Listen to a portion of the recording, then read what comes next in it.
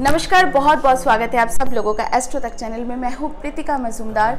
आपको आज मैं बताऊंगी ऐसे सात स्थान जहाँ सुनते हैं हनुमान जी भक्तों की मन की बातें। वो जगह, वो स्थान कौन कौन से 7 स्थान हैं, चलिए एक एक करके हम बात करते हैं। देश में 7 ऐसे स्थान हैं जहां हनुमान जी सुनते हैं मन की बात। 7 चमत्कारी तीर्थों में पूरी होगी 7 मनोकामनाएं। चलिए जानते हैं कैसे। राम भक्त हनुमान जी के देश भर में बहुत सारे मंदिर हैं। ऐसे मान्यता है कि अगर आप इन हनुमान तीर्थ स्थल पर भगवान श्री राम के नाम लेकर कोई भी वरदान मांगेंगे तो वह अवश्य पूरी होगी। सबसे पहले आपको ले चलते हैं अयोध्या नगरी में, जहां भगवान श्री राम ने हनुमान जी को अयोध्या का राजा बनाया था। और सबसे पहले जो है अयोध्या की राजा कैसे बने हनुमान, चलिए जानते हैं। वैसे तो अपने हनुमान जी को श्री राम के सेवक के रूप में देखा जाता है, लेकिन यहाँ की हनुमान गरी के राजा है हनुमान जी। कहते हैं कि लंका विजय के बाद हनुमान जी पुष्पक विमान में श्री राम, सीता और लक्ष्मण जी के साथ जहाँ आए थे, तभी से वो हनुमान गरी में विराजमान हो गए। कहते हैं कि जब भगवान राम परम धाम जाने लगे तो उन्होंने अयोध्या का राजकाज हनुमान जी को ही सौंपा था। कहते हैं कि तभी से हनुमान जी अपने प्रभु श्री राम के राजकाज संभाली रहे हैं। दूसरे जो है कानपुर में विराजे पंचमुखी हनुमान, वो उनके बाद भी जान लेते हैं। कानपुर में पंचमुखी हनुमान, यहीं पर हनुमान जी और लवकुश का युद्ध हुआ था। उसके बाद में युद्ध में परास्त होने के बाद माता सीता ने हनुमान जी को यहाँ भोजन कराया था। कहते हैं कि माता सीता ने हनुमान जी को लड्डू खिलाए थे और इसीलिए इस मंदिर में उन्हें लड्डुओं का ही भोग लगता है। कानपुर के पंचमुखी हनुमान की विशेषता यह है कि यहाँ भक्तों को कुछ मांगना नहीं पड़ता, बल्कि अंतर्यामी हनुमान जी जो है मन की जानकर उसे स्वयं ही पूरा कर देते हैं इस जगह पे। और तीसरा है प्रयाग में संगम किनारे मूर्छित हनुमान, जहां सीता जी के सिंदूर से मिला दूसरा जीवन। पवन पुत्र हनुमान जी सदा ही श्री राम, लक्ष्मण और सीता जी की सेवा में हाथ जोड़कर बैठे रहते हैं, लेकिन प्रयाग में संगम किनारे हनुमान जी लेटे हुए हैं। कहते हैं कि रावण के साथ लंका युद्ध में हनुमान जी काफी थक गए थे। हनुमान जी संगम किनारे भरद्वाज ऋषि से आशीर्वाद लेने आए थे, लेकिन वे इतना कमजोर हो गए थे रावण के साथ युद्ध के दौरान कि वो बहुत ज़्यादा कमज़ोर हो गए थे। उन्होंने प्राण त्यागने का निर्णय ले लिया था। तभी सीता जी आई और उन्होंने सिंदूर का लेप लगाकर उन्हें नया जीवन दान दिया। यहाँ जो भी भक्त हनुमान जी को लाल सिंदूर का लेप लगाते हैं, उनकी सभी मनोकामना पूरी होती है। यहाँ लाल ध्वजा, अगर जो लोग हनुमान जी के मंदिर के ऊपर लाल ध्वजा अगर चढ़ाए कोई, उनका मन की इच्छा पूरी होती है। इसके अलावा चौथा, बरगद से प्रकट हुए हनुमान। वैसे तो खंडित प्रतिमा के पूजा हिंदू धर्म में नहीं किया जाता है, लेकिन बरगद वाले हनुमान खंडित है।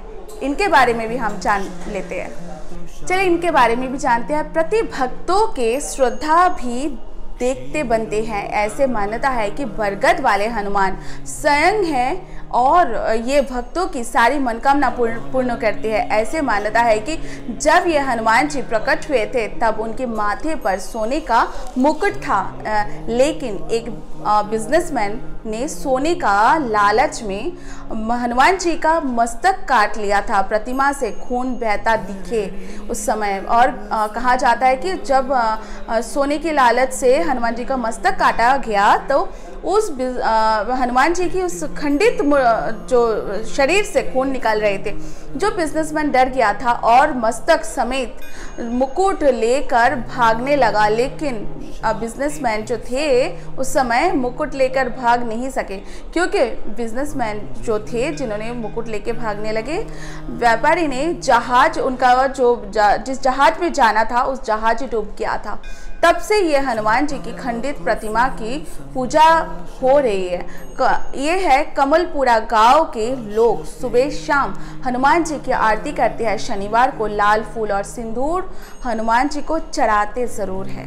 अब पाँचवा कहाँ है हनुमान जी की मंदिर, ये भी हम जान लेते हैं। चर्म रोग दूर करते हैं झांसी के हनुमान मंदिर में। अगर आप जाए तो जिनके चर्म रोग होते हैं वो दूर होते हैं। झांसी के हनुमान मंदिर में हर और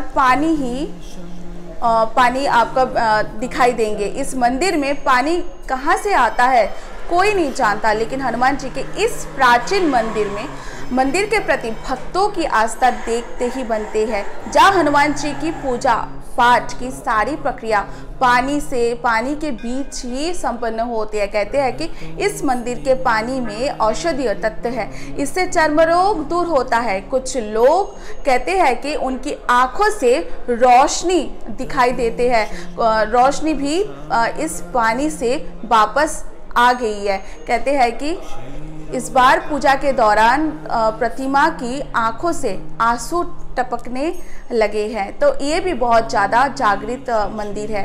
तो ये पानी जो है कहाँ से आ रही है किसी को पता ही नहीं है। चलिए हम गाजीपुर के मंदिर के बारे में भी बात करते हैं। गाजीपुर का ये मंदिर भी हनुमान जी की इस चमत्कार का साक्षी है। कहते हैं कि यहाँ के हनुमान जी पाताल का सीना चीरकर बाहर निकल रहे हैं। जबकि ये एक मान्यता ये है कि इस मंदिर की स्थापना महर्षि विश्वामित्र की पिता ने ही की थी। इतिहासकारों के अनुसार पहले गाजीपुर का नाम गांधीपुर था। ऐसे मान्यता है कि गाजीपुर के हनुमान जी लगातार बढ़ रहे हैं। पहले छोटा था, धीरे धीरे वो हनुमान बढ़ते जा रहे हैं ये कहा जाता है, और आज भी वो बढ़े जा रही है। पहले ये प्रतिमा एक सिर्फ मुखड़ा ही दिखाई दिया था, अब प्रतिमा के बाकी के भाग जो है वो दिखाई दे रही है। धीरे धीरे करके हनुमान जी की शरीर धीरे धीरे दिखाई दे रही है। इसके अलावा सातवां जो है विंध्याचल के वृक्ष से प्रकट हुआ हनुमान, विंध्याचल की हनुमान जी की मंदिर। ये हनुमान जी की ये प्रतिमा कब से है कोई नहीं जानता, लेकिन श्रद्धालुओं को कहना है कि बाल रूप में हनुमान जी सबसे पहले ये वृक्ष में प्रकट हुए थे।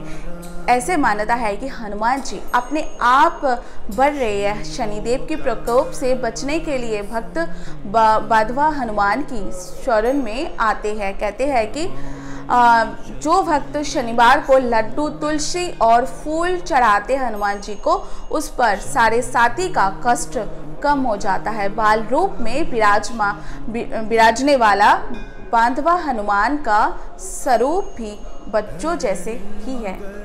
चलिए, ये तो आपने जान लिया हनुमान जी की 7 अलग अलग मंदिर, जहां हनुमान जी जो है अपने भक्तों का मन की इच्छा पूरा करते हैं। वो 7 जगह कहाँ कहाँ हैं, ऐसे ही मैं आप लोगों के सामने और भी पूजा पाठ और टोटका लेके हाजिर हो जाऊंगी। जब तक मुझे इजाज़त दीजिए और सब्सक्राइब करना ना भूलिए एस्ट्रो तक चैनल को। नमस्कार।